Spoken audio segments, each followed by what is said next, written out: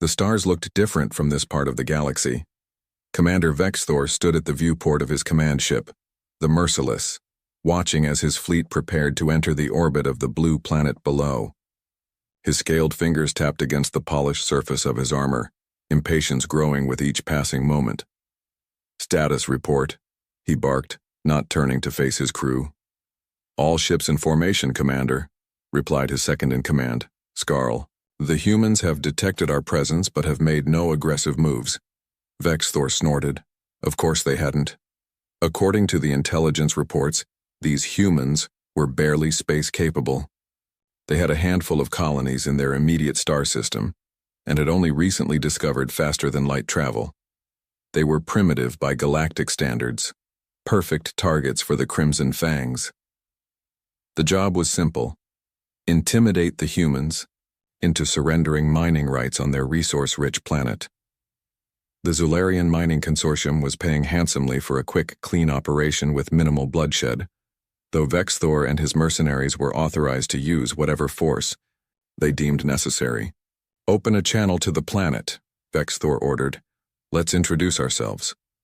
The main screen flickered to life, but instead of showing panicked alien faces, a single human male appeared. He wore a dark uniform with small markings on the shoulders that Vexthor assumed indicated rank. "This is Colonel Sam Miller of the Earth Defense Force," the human said calmly. "You've entered Earth-controlled space without authorization. State your business or withdraw immediately." Vexthor was surprised by the lack of fear in the human's voice, but he quickly dismissed it as ignorance. They simply didn't understand the danger they were in. "I am Commander Vexthor of the Crimson Fangs," he replied, puffing out his chest to display the red symbol etched into his armor. "We represent the interests of the Zularian Mining Consortium. Your planet contains resources that are valuable to more advanced civilizations. Surrender your mining rights peacefully, and we will allow you to continue your existence undisturbed." The human's expression didn't change. If anything, his eyes seemed to harden slightly. "The resources of Earth and its territories are not for sale or surrender," Miller replied. "We request that you leave our system immediately." Vexthor laughed, the sound echoing around the command bridge. His crew joined in, their various alien forms shaking with amusement. "Perhaps you misunderstand the situation," Vexthor said. "This is not a negotiation. The Crimson Fangs have subdued species far more advanced than yours. We are offering you the courtesy of surrender before we demonstrate our power." Miller's face remained frustratingly calm. "We understand perfectly, Commander. Earth does not respond to threats. This is your final warning to leave our space." The human's audacity angered Vexthor. Who did these primitives think they were? "Very well," he snarled. "A demonstration is clearly needed." He cut the transmission and turned to Skarl. "Target their moon base, the uninhabited one. Let's show them what happens when they defy the Crimson Fangs." Skarl nodded, relaying the orders to the weapons officer. Minutes later, a brilliant beam of energy shot from the Merciless, striking the small research station on Earth's moon. The structure exploded in a spectacular display, fragments scattering across the lunar surface. "Reopen the channel," Vexthor ordered, a satisfied smile on his face. Colonel Miller appeared again, his expression unchanged despite the destruction of the moon base. "That facility was automated," Miller said flatly.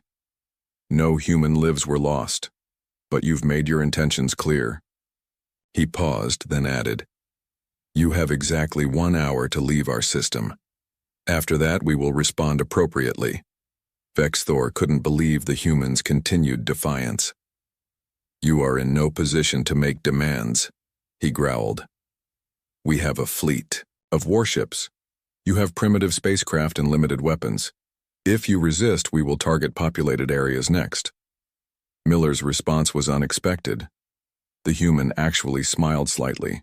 "I understand you believe that. 1 hour, Commander." The transmission cut off. Vexthor turned to his senior officers gathered on the bridge. "They're bluffing. Prepare the next phase of the operation. We'll target their orbital defense platforms. Next. Commander." One of his officers, a small gray-skinned alien named Meek, spoke up hesitantly. "Our scout ships report unusual activity throughout the system. small objects appearing from hidden locations in their asteroid belt and from beneath the ice of their outer planets. Primitive defensive measures, Vexthor dismissed. Nothing our shields can't handle. There's something else, Mick continued. I've been analyzing their communications networks and they don't seem concerned. In fact, some of their news outlets are treating our arrival as a minor inconvenience. Skarl frowned. That doesn't make sense. Most species panic when we arrive. They're just humans, Vexthor said with certainty. Probably too primitive to understand the danger or too arrogant to accept it. Either way, they'll learn soon enough. As the hour passed, Vexthor grew increasingly annoyed by the humans' lack of panic. There were no desperate pleas for mercy, no hasty evacuation attempts from their space stations, no frantic military maneuvers. Just calm, methodical activity that their sensors couldn't quite identify. The deadline approaches, Commander, Skarl reported. Should we begin the next phase? Vexthor nodded. Target their main orbital defense station. Full power, make it spectacular. The weapons officer input the commands, then looked up in confusion. Commander, the targeting system is having difficulty locking on. What do you mean? It's a massive station.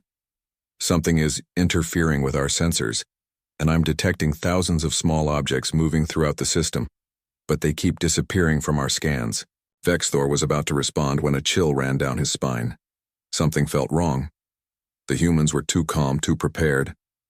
It was almost as if... Incoming transmission from the planet, called the communications officer. Colonel Miller appeared, again. Your hour is up, Commander. I see you've chosen to stay. Very well. For the first time, Vexthor felt a flicker of unease. Your primitive weapons can't harm our ships. If you surrender now, we might still be merciful. Miller shook his head slightly. You still don't understand what you're dealing with, do you? We're not primitive, Commander. We're just patient. As Miller spoke, alarms began blaring across the bridge. Multiple systems malfunctioning, Skarl reported, panic in his voice. Ships throughout the fleet reporting similar issues. Weapon systems powering down, shields fluctuating. Impossible, roared Vexthor. They can't have this level of technology. Miller watched calmly from the screen. They're just humans, he said, echoing Vexthor's earlier words. That's what everyone thinks, until they learn otherwise.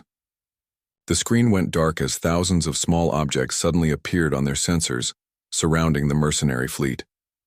In that moment, Vexthor realized his terrible mistake. The intelligence had been wrong. These weren't primitive beings at all, they were humans. And the Crimson Fangs were about to find out exactly what that meant. The bartender at the Cosmic Outpost wiped down the sticky counter with a cloth that had seen better days.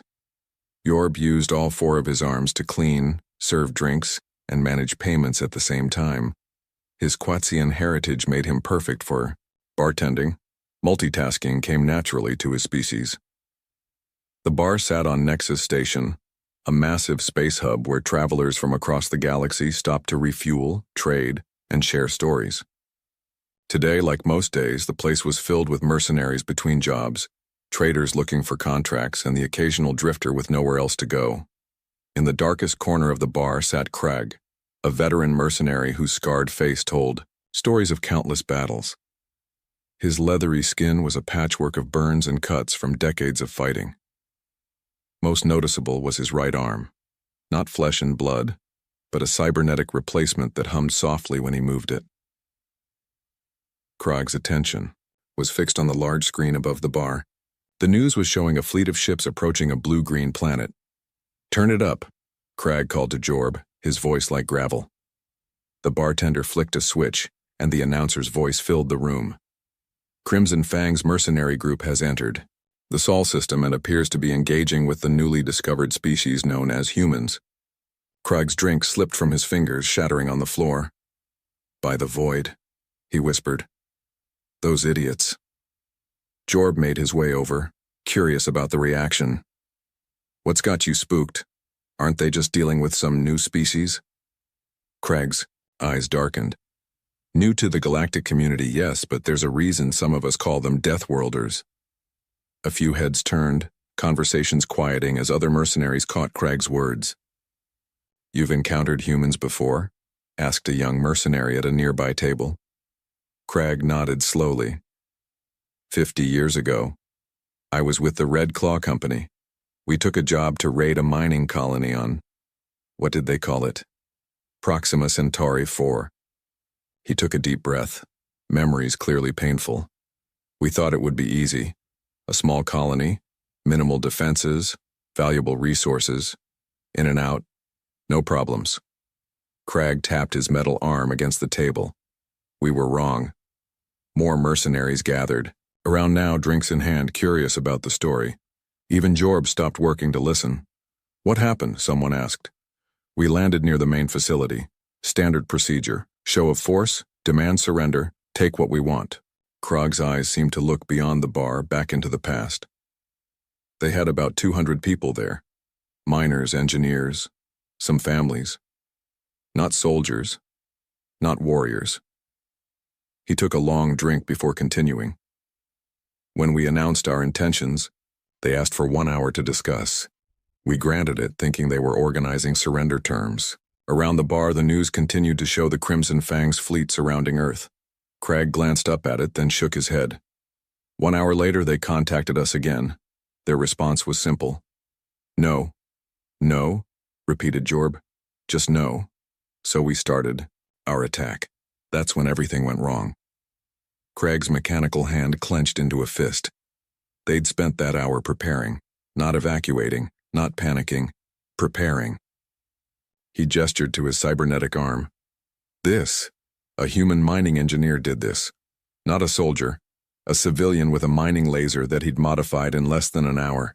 He wasn't even trying to kill me, just disable my weapon. Another mercenary stepped forward from the crowd. This one had an electronic patch where his left eye should be. I was at serious edge, he said. Trade convoy protection. Pirates attacked, disabled our engines. We thought we were finished until a human merchant ship arrived. The one-eyed mercenary laughed bitterly. The human captain offered to help. The pirates thought it was a joke. One small ship against their fleet.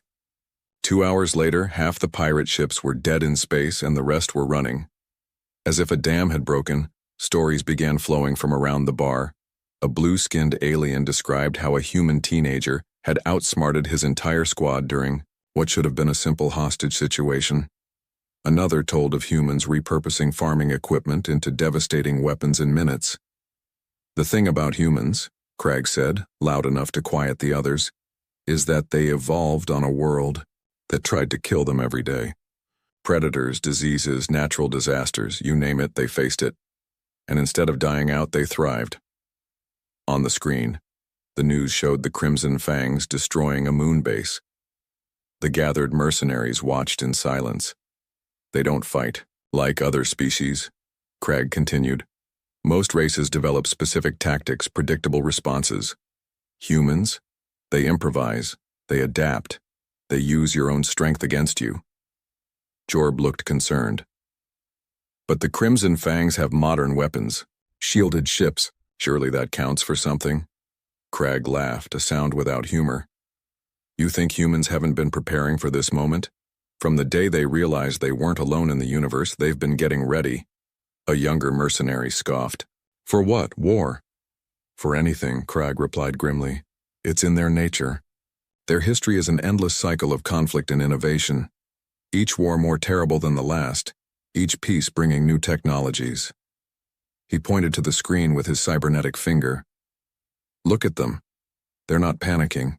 That's not the reaction of a species about to be conquered. On the screen, humans could be seen going about their business in Earth cities, seemingly unconcerned about the alien fleet above them. If I were Vexthor, Craig said, I'd turn around and leave right now. But the consortium is paying them well, argued another mercenary. And humans are just humans. Craig stood up, towering over the others. Let me tell you what we learned 50 years ago. Humans don't just fight to win. They fight to make. Sure, you never want to fight them again. The bar fell silent. On the screen, the news showed a countdown timer, apparently tracking some kind of ultimatum. They've given Vexithor a deadline, Craig noted. That's not good. Why not? Asked the young mercenary. It gives him time to plan his attack. Craig shook his head. No. It gives the humans time to prepare their response, and when humans prepare... He trailed off, looking at his mechanical arm. Every mercenary in the bar turned back to the screen, watching as the timer ticked down. Nobody said it, but they were all thinking the same thing. The Crimson Fangs had no idea what they were in for. Humans have a saying, Craig said quietly. God have mercy on my enemies, because I won't. I've seen what they can do with mining, equipment, and farming tools. I can only imagine what they can do with actual weapons. The timer on the screen reached 0. And now, Craig whispered, we're about to find out. Colonel Sam Miller walked briskly through the underground hallways of the Earth Defense Command Center. The massive complex, built beneath the Rocky Mountains, housed humanity's primary defensive operations. His footsteps echoed off the steel and concrete walls as he made his way to the war room. The heavy security doors slid open as he approached. Inside, 4 people sat around a large table, their faces lit by the glow of holographic displays showing the alien fleet in orbit. The Crimson Fangs have destroyed our automated station on Phobos, Miller reported as he took his seat. All 17 AI units were lost, no human casualties. General Kate Williams nodded. She was a tall woman with short gray hair and eyes that had seen numerous conflicts. They've made their choice, deploy the Ghost Fleet. Admiral John Rivera, head of Earth Space Forces, pressed his palm against a scanner on the table. Authorization confirmed. Ghost Fleet activating now. Across the solar system, hidden vessels began to power up. Some emerged from asteroid fields where they had been disguised as ordinary space rocks. Others rose from beneath the icy crusts of distant moons. A few detached from the underside of larger commercial ships. These were the Ghost Fleet vessels. Ships specifically designed for asymmetric warfare against technologically superior opponents. Each was smaller than the mercenary vessels, but packed with countermeasures and experimental weapon systems that had never been deployed in actual combat. Swarm protocol is also ready, said Rivera. Awaiting your command. General Williams looked to the others at the table. Opinions? Dr. Alan Murphy, chief scientist of the Earth Defense Force, adjusted his glasses. The Crimson Fangs ships use a standard galactic design. Their shield systems will be vulnerable to our phase disruptors. However, I recommend the swarm protocol first. Let's test their point defense systems before committing the Ghost Fleet to direct engagement. Intelligence Director Olivia Peterson tapped on her screen, bringing up detailed scans of the mercenary vessels. Agreed. Their communications are still operating on expected frequencies. Babel defense is primed and ready to disrupt their coordination.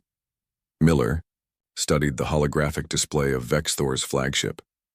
They're preparing to target our orbital defense platforms next. Typical mercenary tactics. Eliminate defensive capabilities, then threaten civilian targets. Williams made her decision. Admiral Rivera, initiate swarm protocol. Dr. Murphy, prepare Babel defense but hold until my command.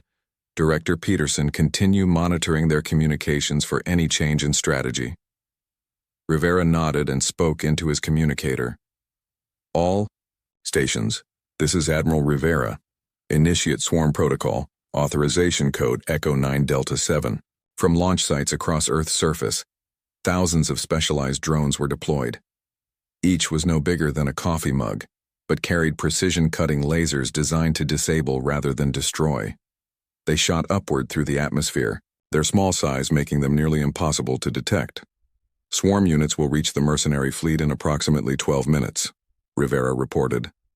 Director Peterson suddenly straightened in her chair.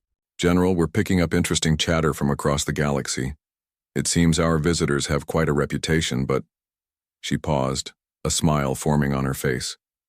So do we. She transferred data to the main display. Our intelligence network has intercepted conversations from at least 6 different locations. Apparently, some mercenary groups have encountered humans before. Miller leaned forward. And they're concerned for their comrades? Not exactly, Peterson replied. They're placing bets on how long the Crimson Fangs will last against us. A rare smile crossed General Williams's face. Perhaps we should put on a good show, then. The room's atmosphere shifted slightly. None of them took pleasure in violence, but there was satisfaction in knowing humanity's reputation served as a deterrent. Swarm units approaching mercenary fleet, reported Admiral Rivera. Babel defense ready to deploy on your command. Williams nodded. Initiate Babel defense. Let's see how they handle confusion in their ranks. Dr. Murphy activated his system. Babel defense deployed. We're now intercepting and modifying their internal communications. On the main display, they watched as the mercenary fleet began to show signs of disorder. Ships that had been in perfect formation started to drift out of alignment. Some appeared to be changing course randomly. What exactly are they hearing? Asked Miller. Murphy adjusted his glasses again. Various things. Some are receiving false orders. Others are picking up what sounds like human laughter, mixed with their legitimate communications. A few are getting what they'll interpret as system warnings. Peterson added, We've also inserted the sound of children playing into their emergency channels. Psychological warfare. Nothing creates unease quite like hearing children laugh when you're expecting urgent messages. The mercenaries' confusion was evident as their formation continued to deteriorate. Then the first wave of swarm drones reached their targets. Swarm units engaging, Rivera announced. Ghost fleet in position and awaiting orders. On the display, they watched as the tiny drones attached themselves to the mercenary ships. With surgical precision, they began cutting through external weapon systems and communication arrays. They're trying to target the drones, Murphy observed. But their weapons are designed for larger threats. It's like trying to swat flies with a sledgehammer. 3 of the mercenary ships suddenly went dark, their power systems disabled by coordinated drone attacks. Should we hail them? Asked Miller. Offer them another chance to withdraw? Williams considered this. Not yet. Let them experience a taste of what happens when you underestimate humanity. Admiral Rivera, move the Ghost fleet into visual range but maintain defensive posture.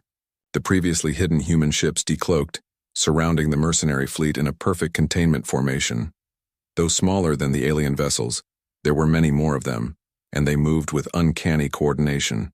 The mercenaries are attempting to regroup, reported Rivera. Their flagship is trying to coordinate a response, but Babel defense is keeping them disorganized. General, Miller said quietly, we should remember our objective. We want them to leave and spread the word, not fight to the death. Williams nodded. You're right, Colonel. Prepare a transmission to their commander. Let's see if they're ready. To reconsider their options. As Miller drafted the message, the others continued to monitor the situation. The mercenary fleet, which had arrived with such confidence, was now in disarray. Their superior technology was proving useless against humanity's unconventional tactics. Message ready, Miller announced. Send it, ordered Williams. Miller opened the channel to Vex Thor's flagship.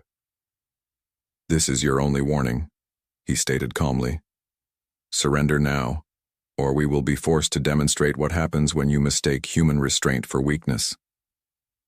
To emphasize the point, Williams gave a subtle nod to Rivera, who relayed an order to one of the Ghost Fleet vessels. It fired a single shot, a precision strike that disabled the main engine of Vex Thor's flagship without causing a catastrophic failure. The human leaders watched the display, waiting for the mercenaries' response.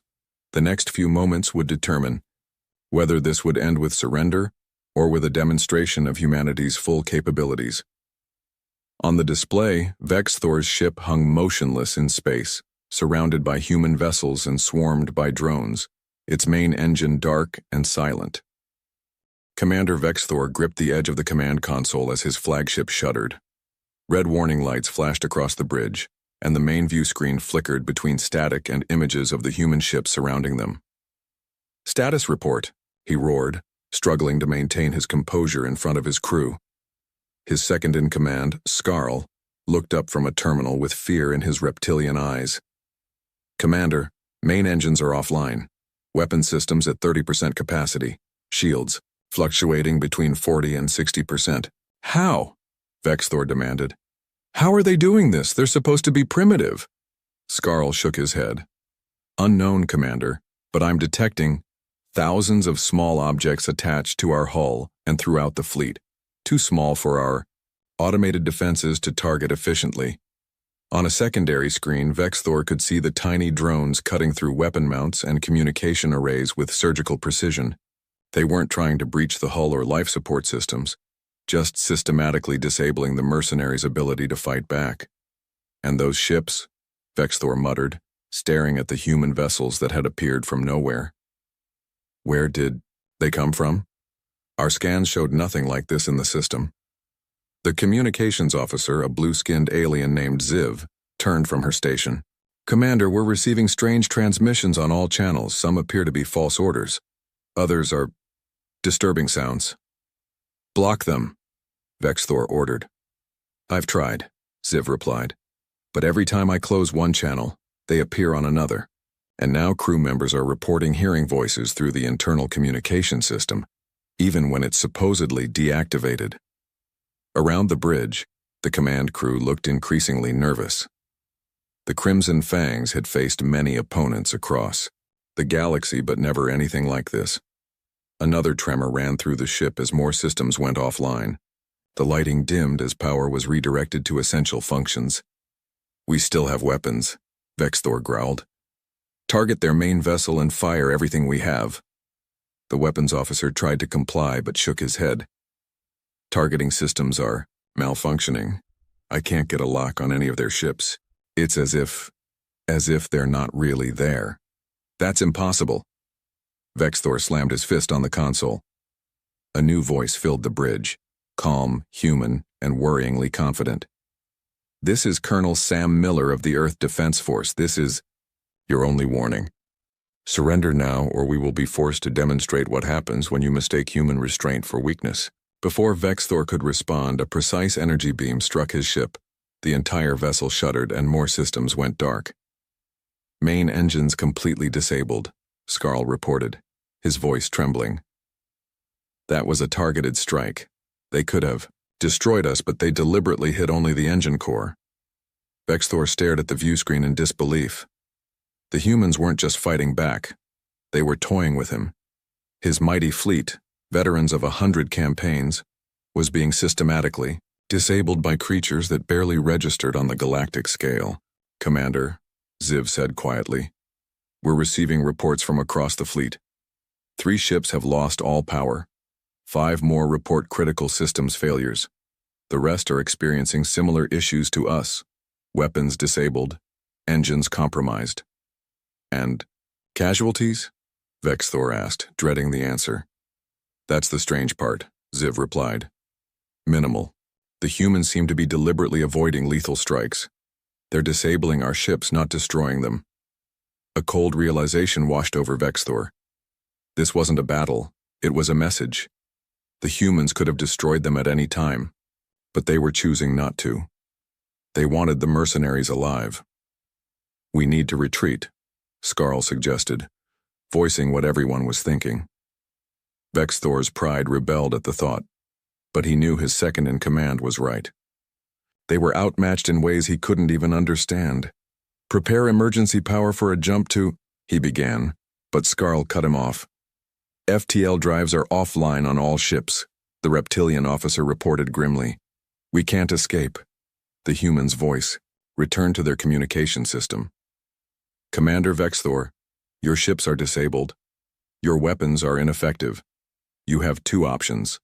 Surrender and leave our system once repairs are permitted, or continue this pointless resistance and face the consequences. For the first time in his long career, Vexthor felt true fear, not just of defeat, but of something worse. Humiliation. The humans weren't going to kill him. They were going to let him live with the knowledge that he had completely misjudged them. Commander, Ziv said, breaking into his thoughts. I'm picking up transmissions from across the galaxy. News of our situation is spreading rapidly. Of course it was. The mighty Crimson Fangs, defeated not in glorious battle but systematically disabled like troublesome children. Their reputation would be destroyed. Commander Vexithor, Miller's voice came again. We are waiting for your response. Vexithor looked around the bridge at his crew. They were all watching him, waiting for his decision. Pride demanded resistance, but logic and survival demanded surrender. Open a channel, he finally ordered. Ziv complied, and Vexthor straightened his posture as much as possible. This is Commander Vexthor. We accept your terms of surrender. The words tasted like poison in his mouth, but he forced them out. Miller's face appeared on the view screen, calm and professional. Wise choice, Commander. Power down all remaining weapon systems. Our repair teams will approach your vessels shortly. They will restore minimal function to your life support and basic operations. Once they confirm all weapon systems are permanently disabled, you will be permitted to leave our system. And if we refuse these repair teams? Vexthor asked, attempting to maintain some dignity. Miller's expression didn't change. Then you'll remain exactly where you are until you reconsider. The choice is yours. As the transmission ended, Vexthor sank into his command chair. Around him, his once proud bridge crew looked defeated and confused. How did this happen? Skarl asked quietly. Our intelligence said they were barely space-capable. Our intelligence was wrong, Vexthor replied bitterly. They led us believe they were primitive. They wanted us to underestimate them. Through the view screen, he watched as small human shuttles approached his disabled fleet. The repair teams Miller had mentioned. No doubt. What do we do now, Commander? Ziv asked. Vexthor's claws dug into the armrest of his chair. We comply. We leave. And then we make sure every mercenary group in the galaxy knows the truth about humans. And what truth is that? Skarl asked. Vexthor stared at the approaching human shuttles, the tiny drones still attached to his ship's hull and the ghost-like vessels surrounding his once mighty fleet. That they are not what they appear to be, he said softly. That they are the most dangerous species we have ever encountered. As the human repair teams boarded his ship, Vexthor realized that his defeat today would become legend. Not because he had lost, but because of who had defeated him. Not advanced aliens with superior technology, but humans. Just humans. And somehow, that made it infinitely worse. 3 months later, Crag sat in his usual dark corner at the cosmic outpost on Nexus Station. The bar was busier than usual. News had spread across the galaxy about the humans' formal recognition by the Galactic Council, and everyone wanted to discuss it. On the large screen above the bar, the council session was being broadcast live. Representatives from hundreds of species were gathered in the massive chamber. At the center stood 3 humans, Colonel Sam Miller, now Ambassador Miller, along with General Kate Williams and Admiral John Rivera. Jorb, the 4-armed bartender, set a fresh drink in front of Crag. Your prediction was right, he said. The Crimson Fangs didn't stand a chance. Crag grunted in acknowledgement but said nothing. His attention was fixed on someone approaching his table, a sight he never expected to see. Commander Vexthor, once the proud leader of the Crimson Fangs, now walked with a noticeable limp. Where his left eye had been, there was now a basic prosthetic that glowed faintly in the dim bar. His once gleaming armor was replaced with simple civilian clothes. May I join you? Vexthor asked, his voice lacking the arrogance it once carried. Krog gestured to the empty chair across from him, and the former mercenary commander sat down heavily. I heard you were on Nexus, Vexthor said. I wanted to meet the mercenary who actually survived an encounter with humans. Krog studied the fallen. Commander, you survived too. Vexthor laughed bitterly. Did I? They let most of us live, yes, but not without changes. What happened? Crag asked, genuinely curious. After we surrendered, they repaired our ships as promised, just enough to leave their system. Vexthor's hand went to his artificial eye. I lost this during the initial engagement, one of their drones. My own fault for trying to remove it personally. He took a deep breath before continuing. But before they let us go, They brought us to their planet, said they wanted to ensure we wouldn't cause trouble in the future. Jorb had drifted closer, openly eavesdropping now. What did they do to you? Vexthor's voice dropped to a whisper. They modified our neural implants, standard mercenary equipment, used for tactical information and communication. But the humans, they reprogrammed them. Reprogrammed how? Craig leaned forward. Now, whenever we consider attacking humans or their allies, we experience our worst memories and fears simultaneously. Vexthor shuddered visibly. They said it was more efficient than killing us, that we'd serve as warnings. The bar had gone quiet as others listened to Vexthor's story. On the screen, Ambassador Miller was addressing the Galactic Council, his voice carrying through the bar. Earth and its colonies seek peaceful relations with all species, Miller was saying.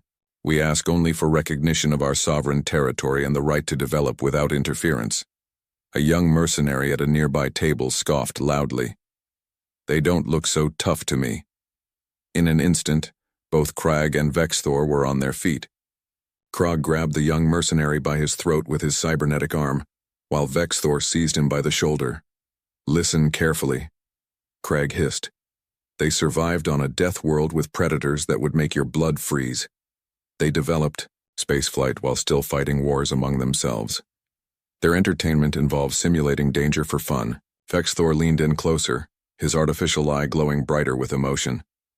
I watched them disable my flagship by hacking into systems we thought were impenetrable. I saw them predict our tactics before we executed them. But they're just humans, the young mercenary choked out. Yes, Vexthor replied, releasing his grip. Just humans. Remember that when you're considering your next job. If it involves Earth or its colonies, walk away. Krag let go as well, and the young mercenary slumped back into his seat, rubbing his throat. On the screen, the Galactic Council proceedings continued. A council elder was speaking now. In light of the peaceful resolution of the incident with the mercenary group, known as the Crimson Fangs, and acknowledging humanity's technological achievements, the Council formally recognizes Earth and its colonies as a sovereign territory with protected status. Cheers erupted from the human delegation, while the rest of the Council chamber remained respectfully quiet. Protected status, Jorb mused as he returned to his bar. That's rare for a new species. It's not about being new, Krag said. It's about being respected or feared. Vexthor nodded in agreement. The Council isn't protecting humans from us. They're protecting us from humans. As if to emphasize his point, the broadcast showed a close-up of the human delegation. They looked ordinary compared to the exotic alien species surrounding them. No scales, no extra limbs, no unusual features. Just humans. You know what the most frightening part was? Vexthor said quietly. After they disabled our ships, their scientists came aboard. They examined our technology with such curiosity. One of them told me they'd never seen our type of FTL drive before, but within hours they understood how it worked better than I did. They adapt, Krag said simply. It's what makes them dangerous. The young mercenary, still rubbing his throat, looked confused. If they're so dangerous, why didn't they just destroy the Crimson Fangs? Why let you live? Vexthor's artificial eye dimmed slightly. Their leader, Miller, explained it to me. He said, a dead enemy might be forgotten. A living one who tells your story is much more valuable. Around the bar, conversations resumed, but there was a new undercurrent to them. The story of the Crimson Fang's defeat was already well known, but hearing it directly from their commander gave it new weight. What will you do now? Krag asked Vexthor. Spread the word, the former commander replied. Make sure everyone understands what humans really are. He gestured to his cybernetic eye. I can't fight anymore, not just because of this, but because of what they put in our heads. But I can talk. Krag nodded. Good. The galaxy needs to know. On the screen, the human delegation was leaving the council chamber, their formal recognition complete. Ambassador Miller paused at the exit and looked directly at the camera, almost as if he could see into the cosmic outpost. They're watching, Vexthor whispered. Always watching and learning. As Miller disappeared from view, Yorb turned down the volume on the broadcast. "Well," the bartender said, trying to lighten the mood. "At least they seem peaceful. As long as you don't attack them first." "For now," Craig agreed. "Crag. But remember, they evolved from predators, not prey. They're patient, they can wait." Vexthor raised his drink in a grim toast. "To humanity. May they never decide we're worth conquering." Across the galaxy, the legend spread. Humans might look unassuming, but provoke them at your own peril. They were not just another species, they were humanity, and underestimating them was the last mistake many would ever make. Jack Miller was hunting in the forests of Montana when the blue light appeared. One moment he was tracking deer prints in the soft earth, and the next he was surrounded by a strange glow that lifted him off the ground. His rifle fell from his hands as his body froze in place. He couldn't move, couldn't scream, couldn't do anything but watch as the trees below him grew smaller and the sky opened up to reveal the stars. That was the last thing Jack remembered before waking up with a pounding headache in a cold metal room. "What the hell?" he mumbled, sitting up slowly on what seemed to be a metal bench attached to the wall. The room was small, about 10 feet by 10 feet, with smooth metal walls that glowed with a faint blue light. There were no windows, and the only door had no handle on his side. Jack rubbed his temples, trying to make sense of what had happened. He was a former Army Ranger with 5 years of experience in survival training, and another 8 years as a zoologist studying predator behavior in the wild. Nothing in his training had prepared him for this. He checked himself over. He still wore his hunting clothes, sturdy boots, cargo pants, and a flannel shirt, but his hunting knife and the small emergency kit he kept in his pocket were gone. Whoever had taken him had been thorough. A soft hiss made Jack look up. A section of the wall slid open, revealing what could only be described as an alien. The creature stood about 7 feet tall, with pale blue skin that seemed to shimmer in the light. It had 4 arms, a narrow head with large black eyes, and no visible mouth. It wore what looked like armor made of a material Jack couldn't identify.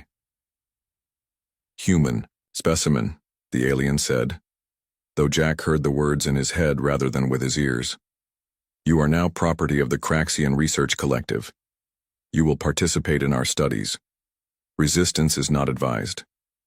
Jack stood up slowly, keeping his eyes on the alien. "Where am I? Why am I here?" The alien tilted its head. "You are aboard the research vessel Quarteth. You are here to help us determine the apex predator of the galaxy." Before Jack could ask more questions, 2 more aliens appeared behind the first one. They carried what looked like weapons, long, thin rods that glowed with the same blue light as the walls. "Follow," the first alien commanded. Jack considered his options. He could try to fight, but he was outnumbered and unarmed. Better to play along and look for an opportunity to escape later. He nodded and stepped forward. The aliens led him through a series of corridors, each one filled with more strange sights. They passed rooms with transparent walls containing creatures Jack had never seen before. Some looked almost like Earth animals, while others were completely alien. Many of the creatures paced in their cells, while others lay still, watching, with intelligent eyes. Finally, they arrived at a large room filled with screens and control panels. In the center was a circular platform surrounded by what looked like medical equipment. "Stand there," the alien ordered, pointing to the platform. Jack hesitated, then stepped onto it. Immediately, a field of blue light surrounded him, lifting him slightly off the ground. "Scanning human specimen," a voice announced. Jack felt a tingling sensation across his skin. As the scan continued, Jack observed his surroundings carefully. There were at least a dozen Craxians in the room, all focused on their tasks. On the largest screen, he could see what looked like a profile of himself with text in an alien language scrolling beside it. "Scan complete," the voice announced. "Human species. Classification: omnivore with predator tendencies. Physical attributes: below average compared to Class 3 predator species. Intelligence: higher than average. Threat level: minimal." The blue field disappeared, and Jack's feet touched touched the platform again. The first Craxian approached him. Interesting. Your species has managed to become the dominant life form on your planet despite your physical limitations. However, you will not fare well in our experiments. What experiments? Jack asked, keeping his voice steady. The alien gestured to one of the screens, which showed what looked like a mountainous landscape with caves and rocky outcroppings. We collect species from across the galaxy to determine which is the ultimate predator. We place them in controlled environments and observe their survival capabilities. Another screen lit up, showing a massive reptilian creature with leathery wings and armored scales. It looked remarkably like the dragons from Earth mythology, except it was clearly real and alive, breathing what appeared to be fire onto a rock, melting it instantly. The Draconis, the Craxian explained. They are one of our most successful predator species. Their homeworld has high gravity, making them extremely strong and durable. Their breath can reach temperatures of over 3,000 degrees. They are territorial and aggressive. Jack felt a chill run down his spine. And you're planning to put me in with them? Correct. Previous tests with your species showed poor results. Humans were eliminated quickly by most predator species. However, we have not tested your intelligence variable extensively. You will provide valuable data. Jack struggled to keep his face neutral. These aliens were planning to throw him into a death match with space dragons for their scientific curiosity. He needed to buy time. When does this happen? He asked. Preparation takes 3 cycles, the Craxian replied. You will be provided with basic sustenance and allowed to rest. Then the trial begins. 3 cycles. Jack had no idea how long that was, but it gave him some time to plan. The Craxians led him to another cell, larger than the first one. It contained a bed-like platform, a strange fixture that seemed to be a toilet, and a shelf with what looked like food bars and a container of water. Rest, human, the lead Craxian said. Your final data will be collected soon. After they left, Jack examined the cell carefully. The door had no obvious weak points. The walls were solid metal. The ceiling was at least 12 feet high with no visible vents or openings. He was well and truly trapped. Jack sat on the bed and considered his situation. He was about to be thrown into an arena with dragon-like aliens that could breathe fire and had evolved on a high-gravity world. The Craxians clearly expected him to die quickly, but they had made a critical mistake. They had dismissed humans as weak, focusing only on physical attributes. They didn't understand what really made humans the apex predators of Earth. Not strength or speed, but intelligence, adaptability, and persistence. Jack smiled grimly. If he was going into the dragon pit, he wasn't going in unprepared. He had 3 cycles to observe his captors, learn their routines, and gather whatever information or resources he could. The Craxians thought they were studying him, but he would study them right back, and when the time came, he would show them exactly why humans had dominated Earth despite their physical limitations. The real test was about to begin, and Jack had no intention of being just another failed experiment. 3 cycles turned out to be roughly 3 Earth days. During that time, Jack studied everything he could about his captors. The Craxians were creatures of habit, bringing food at the same intervals and conducting scans at regular times. Jack noticed they never touched anything with their bare hands, always using tools or wearing protective gloves. Germaphobes, Jack muttered to himself. Interesting weakness. On the 3rd day, the door to his cell slid open. 6 Craxians stood outside, all wearing their armor and carrying the glowing rod weapons. It is time for your trial, human, the HYF leader said in that strange telepathic voice. You will be transported to the testing environment. Jack was led to a large chamber where they made him strip and shower in a strange mist that tingled against his skin. Afterward, they provided him with a simple outfit, a gray jumpsuit made of a tough material, and boots that fit surprisingly well. These will protect you from environmental conditions, a Craxian explained. Not from the Draconis. Jack was then guided onto a platform similar to the scanning area. A blue light surrounded him and he felt a strange sensation, as if his body was being pulled apart and put back together. When the light faded, he found himself standing in an open field.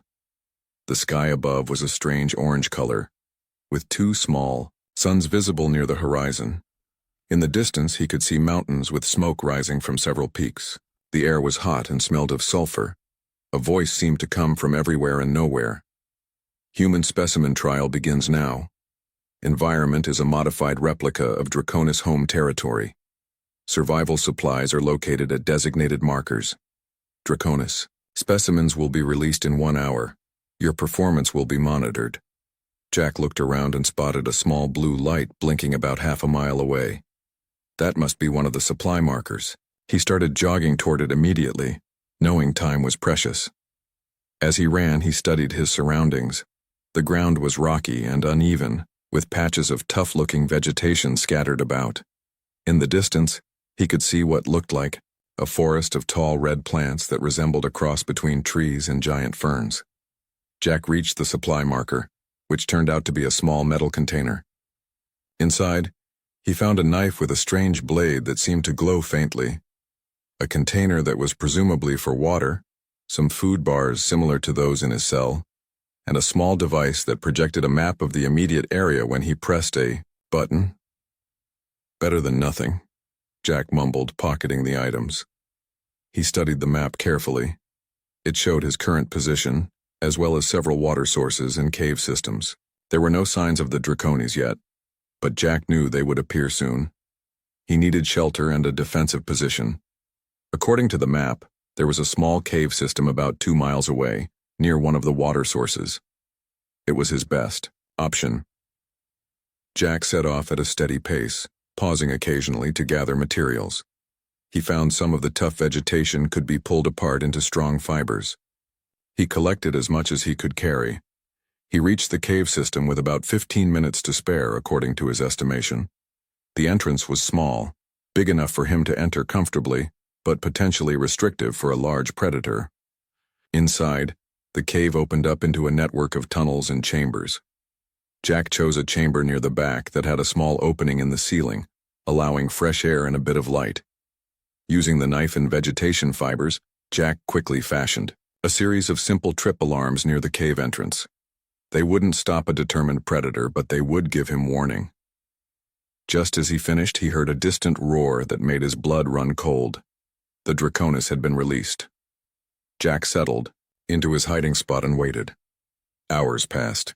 He heard occasional roars and strange cries in the distance, but nothing approached his cave. As darkness fell, the temperature dropped dramatically. Jack was grateful for the jumpsuit, which seemed to regulate his body temperature. He allowed himself a few hours of light sleep, waking frequently to check his surroundings. Dawn came with a distant rumble. Jack cautiously made his way to the cave entrance and peered out. In the early morning light, he saw his first Draconis. The creature was massive, at least 30 feet long from nose to tail. Its body was covered in dark scales that seemed to shift color with the light, ranging from deep red to almost black. It had powerful limbs ending in wicked claws, and great leathery wings were folded against its sides. Its head was dominated by a mouthful of teeth and burning orange eyes. The Draconis was drinking from the water source near the cave. Jack watched its behavior carefully, noting how it scanned its surroundings before lowering its head to drink. This wasn't a mindless beast. It was a sophisticated predator with intelligence. Jack stayed absolutely still until the creature finished drinking and moved away, heading toward the mountains in the distance. Over the next few days, Jack established a pattern. He would move during the early morning and late evening when the Draconis seemed less active. He found another supply marker and added to his resources. He mapped the territory and identified the territories of at least 3 different Draconis. The Craxians occasionally made their presence known through announcements. Human survival has exceeded expectations. Continuing observation. Jack knew they were watching, probably through tiny drones or hidden cameras. He was careful not to show his full capabilities. Let them think he was just lucky. On the 7th day, Jack's luck ran out. As he was returning to his cave from a water run, a shadow passed overhead. He looked up to see a Draconis circling above him, smaller than the first one he had seen but still massive. It had spotted him. Jack ran for the cave, but he knew he wouldn't make it in time. The Draconis dove, letting out a terrifying screech. Jack changed direction at the last second, diving behind a large boulder as a blast of superheated plasma hit where he had been standing, melting the rock almost instantly. The Draconis landed with a ground-shaking thump, its wings creating a dust storm as they folded. It stalked toward Jack's hiding place, making a sound that was almost like laughter. Jack gripped his knife and prepared for the fight of his life. The Craxians had thrown him in with dragons, expecting him to die. But he wasn't dead yet, and if there was one thing humans were good at, it was surprising those who underestimated them. As the Draconis rounded the boulder, Jack faced his first real test of survival. The Draconis towered over Jack, its orange eyes fixed on him. Its mouth opened, revealing rows of teeth that gleamed in the sunlight. Jack could see the glow of heat building in its throat. Jack had only seconds to act. He grabbed a handful of loose dirt and threw it directly into the creature's eyes. The Draconis reared back, shaking its massive head in surprise and anger. It wasn't hurt, but the distraction gave Jack the moment he needed. He darted between the creature's legs, slashing at the softer scales on its underbelly with his knife as he passed. The blade left a shallow cut, and the Draconis roared in pain and rage. Jack sprinted toward a narrow gap between two large boulders, a space he had noted earlier as a potential escape route. It was too small for the Draconis to follow, but just wide enough for him to squeeze through. The Draconis recovered quickly and sent a blast of plasma after him. Jack felt the heat singe the back of his jumpsuit as he dove into the gap between the rocks. The plasma hit the stones above him, melting them partially and sending molten drops raining down. One landed on Jack's arm, and he bit back a scream as it burned through the jumpsuit and into his skin. The Draconis circled the boulders, searching for a way to reach its prey. It clawed at the rocks, but couldn't break through or move them. After several minutes of frustrated attempts, it reared back and let out another roar before taking to the sky. Jack remained hidden, nursing his burned arm and catching his breath. That had been too close. He had survived the first direct encounter, but just barely. He couldn't keep running forever. "I need to change my strategy," he whispered to himself. Jack waited until he was sure the Draconis was gone before emerging from his hiding place. His original cave was likely compromised now that the predator had seen him in the area. He needed to find new shelter. Using the map device, he located another cave system several miles away. It would be a dangerous journey across open ground, but he had no choice. As Jack traveled, he noticed something strange. The land showed signs of intelligent modification. Certain rock formations were too regular, some plant groupings too perfect. The Craxians hadn't just dropped him into a natural environment. They had designed this place specifically for their experiments. They're testing more than just survival, Jack realized. They're testing problem-solving. By nightfall, Jack reached the new cave system. This one was larger than his previous shelter, with numerous chambers and tunnels. As he explored deeper, he discovered something unexpected: scratch marks and impressions in the dirt that suggested the caves were used by the Draconis. He almost turned to leave when he heard a sound from deeper in the cave, a pained growl, followed by a whimper. Against his better judgment, Jack moved carefully toward the sound. In a large chamber illuminated by strange glowing fungi, he found a young Draconis, smaller than the one that had attacked him, perhaps only 15 feet long. It was lying on its side with a deep wound visible on its left flank. The wound was oozing a thick, dark fluid that Jack assumed was blood. The young Draconis saw him and tried to rise, hissing weakly and attempting to summon flame. But only a small puff of smoke emerged from its mouth, and it collapsed back to the ground, clearly exhausted and in pain. Jack stood very still, considering his options.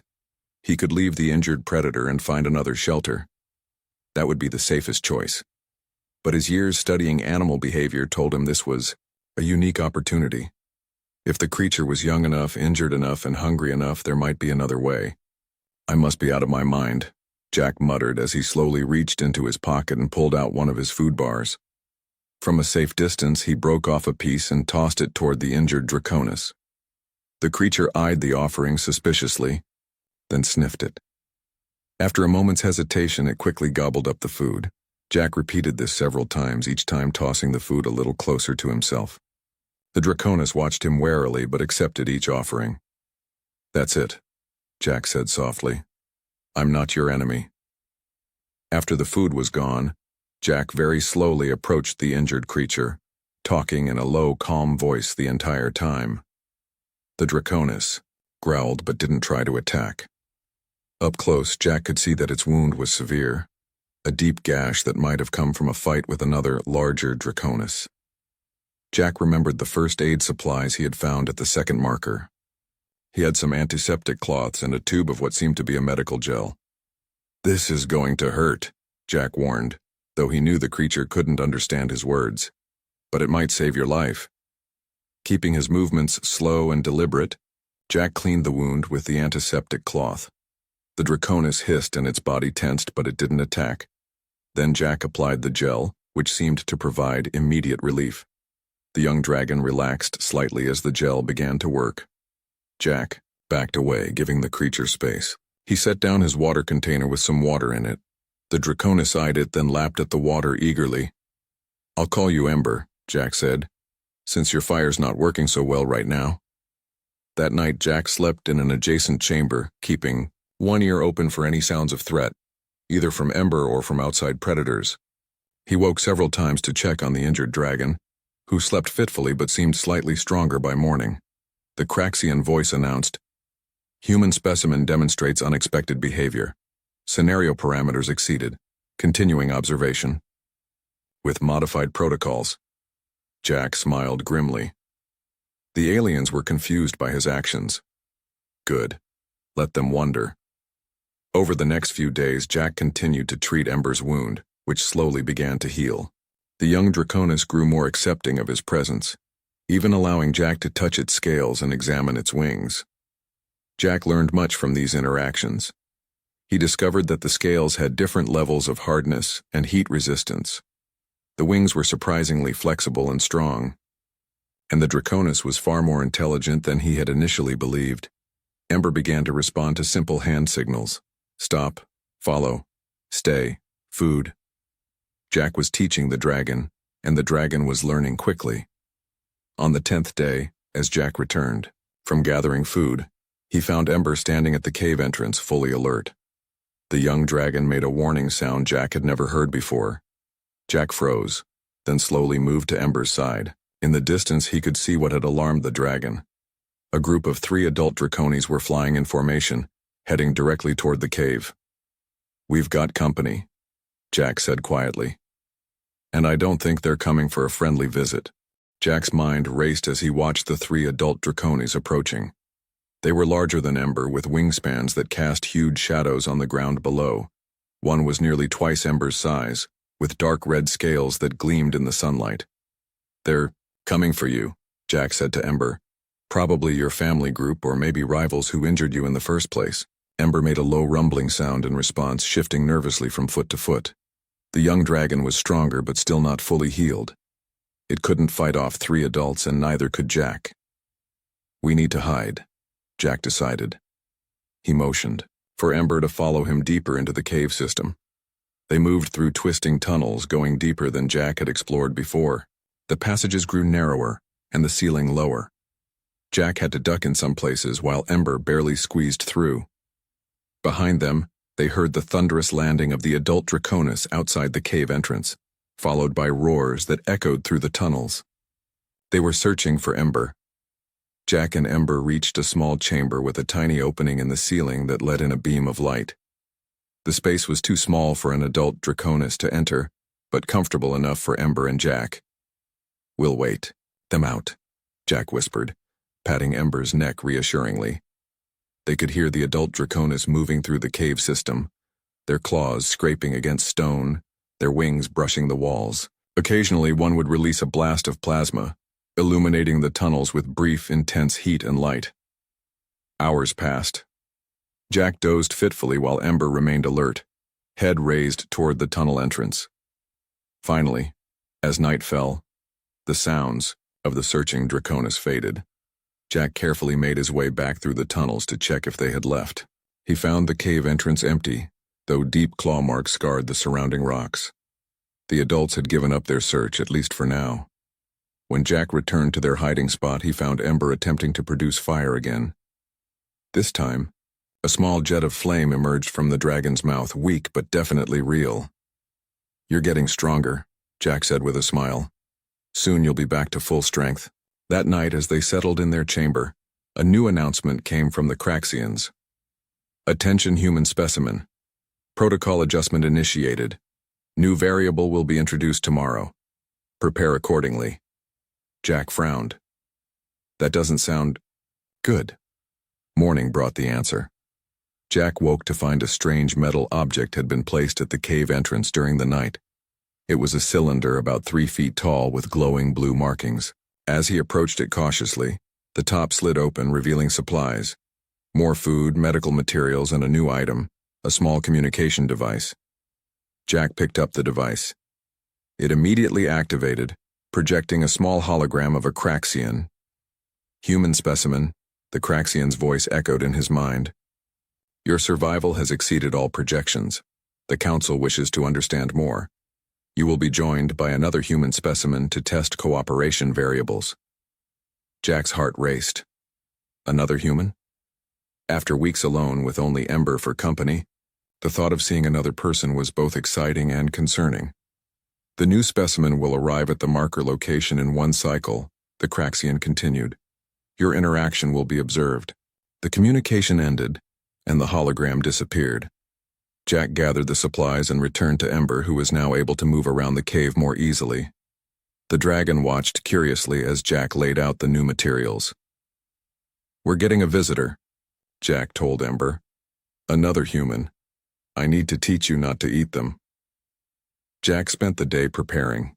He created a series of hand signals to help control Ember if the dragon became aggressive toward the newcomer.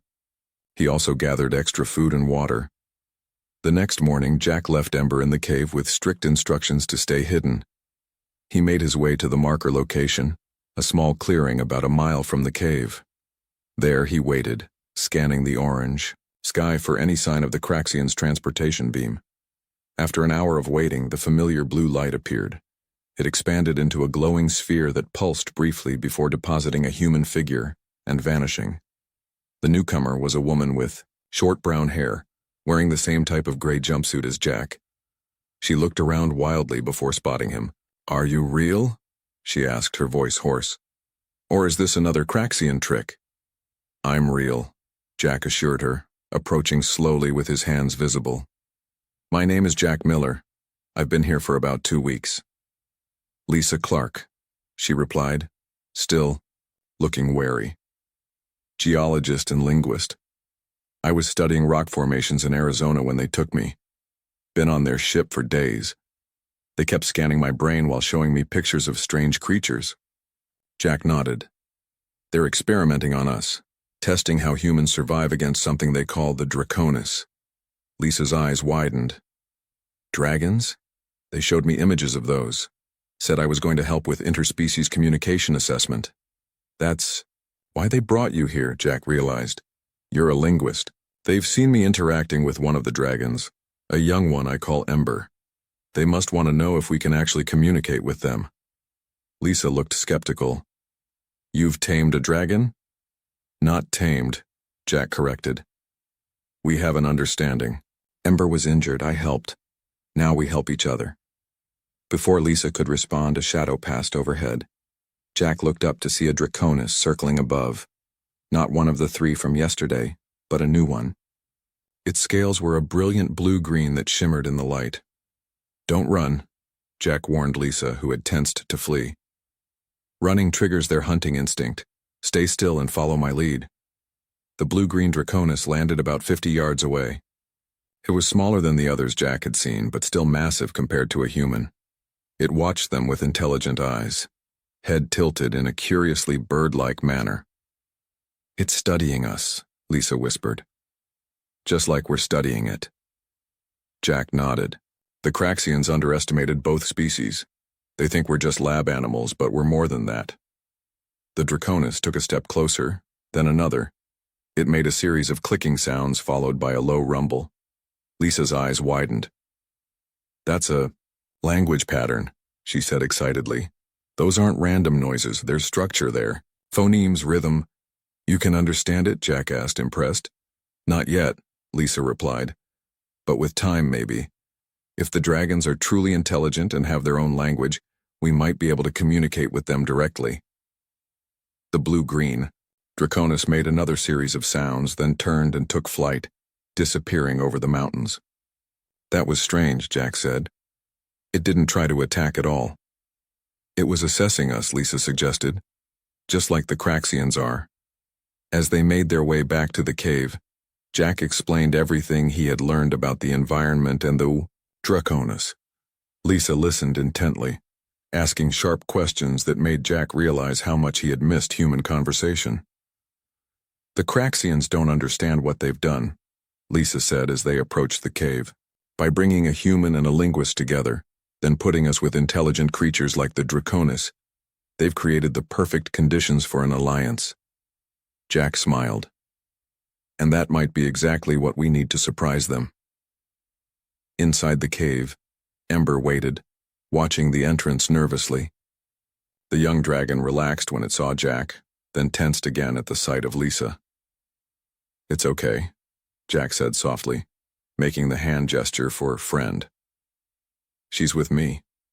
Ember studied Lisa for a long moment, then made a soft clicking sound similar to what they had heard from the blue-green Draconis. Lisa's eyes lit up. "Oh," she breathed. "This changes everything." Over the next week, Lisa worked tirelessly to understand the Draconis language. She spent hours each day sitting with Ember, listening to the young dragon's sounds and teaching it human words. Jack watched in amazement as Ember began to respond to more complex commands and even attempted to mimic some human sounds. "The Draconis aren't just intelligent," Lisa explained one evening as they ate by a small fire in the cave entrance. "They're highly developed. Their language has syntax, grammar, even different tones for questions versus statements. This isn't something that evolved by accident." Jack nodded. "I've been thinking the same thing. The way they hunt in groups, how they modify their territory, these aren't just animals. But if they're so intelligent, how did they end up as test subjects for the Craxians?" "Maybe the same way we did," Lisa suggested. "The Craxians are looking for the apex predator, remember? They probably captured the Draconis because they were the dominant species on their planet." The blue-green Draconis had returned several times, always keeping its distance but watching them interact with Ember. Lisa believed it was an elder, possibly a teacher or leader among its kind. "I'm going to call it Sage," she said after its third visit. "It's studying us as much as we're studying it." On the 10th day after Lisa's arrival, something unexpected happened. The Craxian announcement voice interrupted their morning meal. "Attention human specimens. Emergency protocol activated. Testing parameters suspended. Return to transport marker immediately for extraction." Jack and Lisa exchanged concerned looks. "Something's wrong," Jack said. "They sound worried." "Should we go?" Lisa asked. Before Jack could answer, they heard a tremendous roar from outside, followed by the sound of something large crashing into the mountainside. They rushed to the cave entrance to see a Craxian ship, smaller than the main vessel but still massive, spiraling toward the ground with one side engulfed in flames. It crashed into a valley about 2 miles away, sending a cloud of dust and debris into the air. "What happened?" Lisa gasped. Jack shook his head, watching as several Draconis circled the crash site. "I'm not sure, but I think the test subjects are rebelling." The Craxian voice came again, now with a noticeable sense of urgency. "Emergency situation. All personnel evacuate sectors 7 through 12. Security containment breached. Predator. Specimens escaping containment throughout the vessel." Jack's eyes widened. The entire ship must be in chaos. This is our chance. "Chance for what?" Lisa asked. "To escape," Jack replied. "But first we need to understand what's really happening." They decided to approach the crash site cautiously. With Ember following close behind, they made their way across the rocky terrain, staying low and using the landscape for cover. As they got closer, they saw that the crashed ship had split open, revealing its interior. Inside were rows of cages and containers, many now broken open. Strange creatures of all shapes and sizes were emerging, some fleeing into the wilderness, others attacking anything that moved. It's a transport ship, Lisa realized. They were bringing more test subjects to the environments. Among the wreckage, they spotted several Craxians, their blue skin standing out against the dusty landscape. They were attempting to recapture some of the escaped creatures, using their rod weapons to create force fields. Suddenly, Sage appeared, landing on a ridge above them. The blue-green Draconis made a series of complex sounds that Ember seemed to understand. The young dragon responded with similar sounds. "They're communicating," Lisa whispered. "I think Sage is organizing something." As if to confirm her suspicion, more Draconis began to appear, landing on ridges and peaks around the crash site. There were at least 20 of them of various sizes and colors. They all seemed to be watching Sage, waiting for direction. "This isn't just a random escape," Jack said. "This is a coordinated attack." One of the Craxians spotted them and pointed. Another raised its weapon, aiming at Jack and Lisa.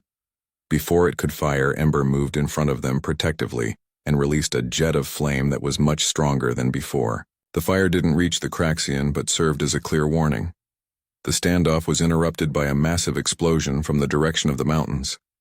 They turned to see a huge section of the landscape suddenly shimmer and disappear, revealing a massive metal structure underneath. Part of the actual Craxian ship. "The environment is fake," Lisa gasped. "We're still on the main ship. The whole landscape is just a contained habitat." Sage let out a powerful roar, and all the Draconis responded in kind.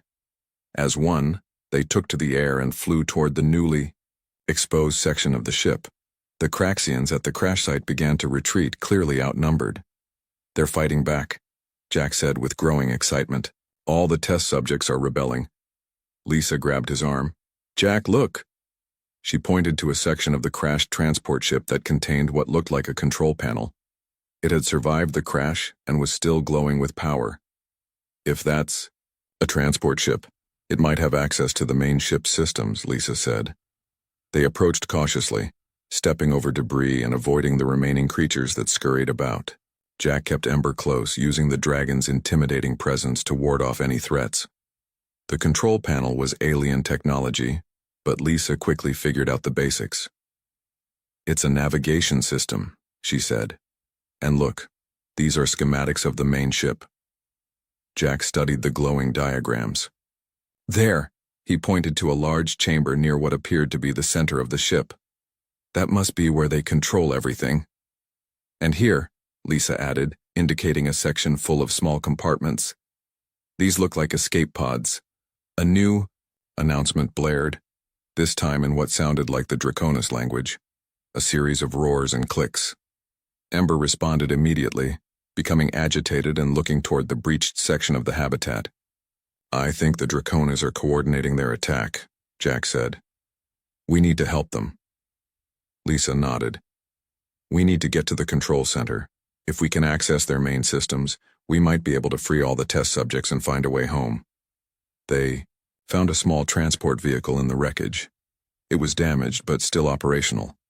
With Jack's mechanical skills, they got it working and began heading toward the breach in the habitat wall, with Ember flying above them. As they approached the breach, they saw the true scale of the rebellion. Hundreds of different creatures were fighting against the Craxian security forces. The Draconis led the charge, their fire breath proving devastatingly effective against the alien technology.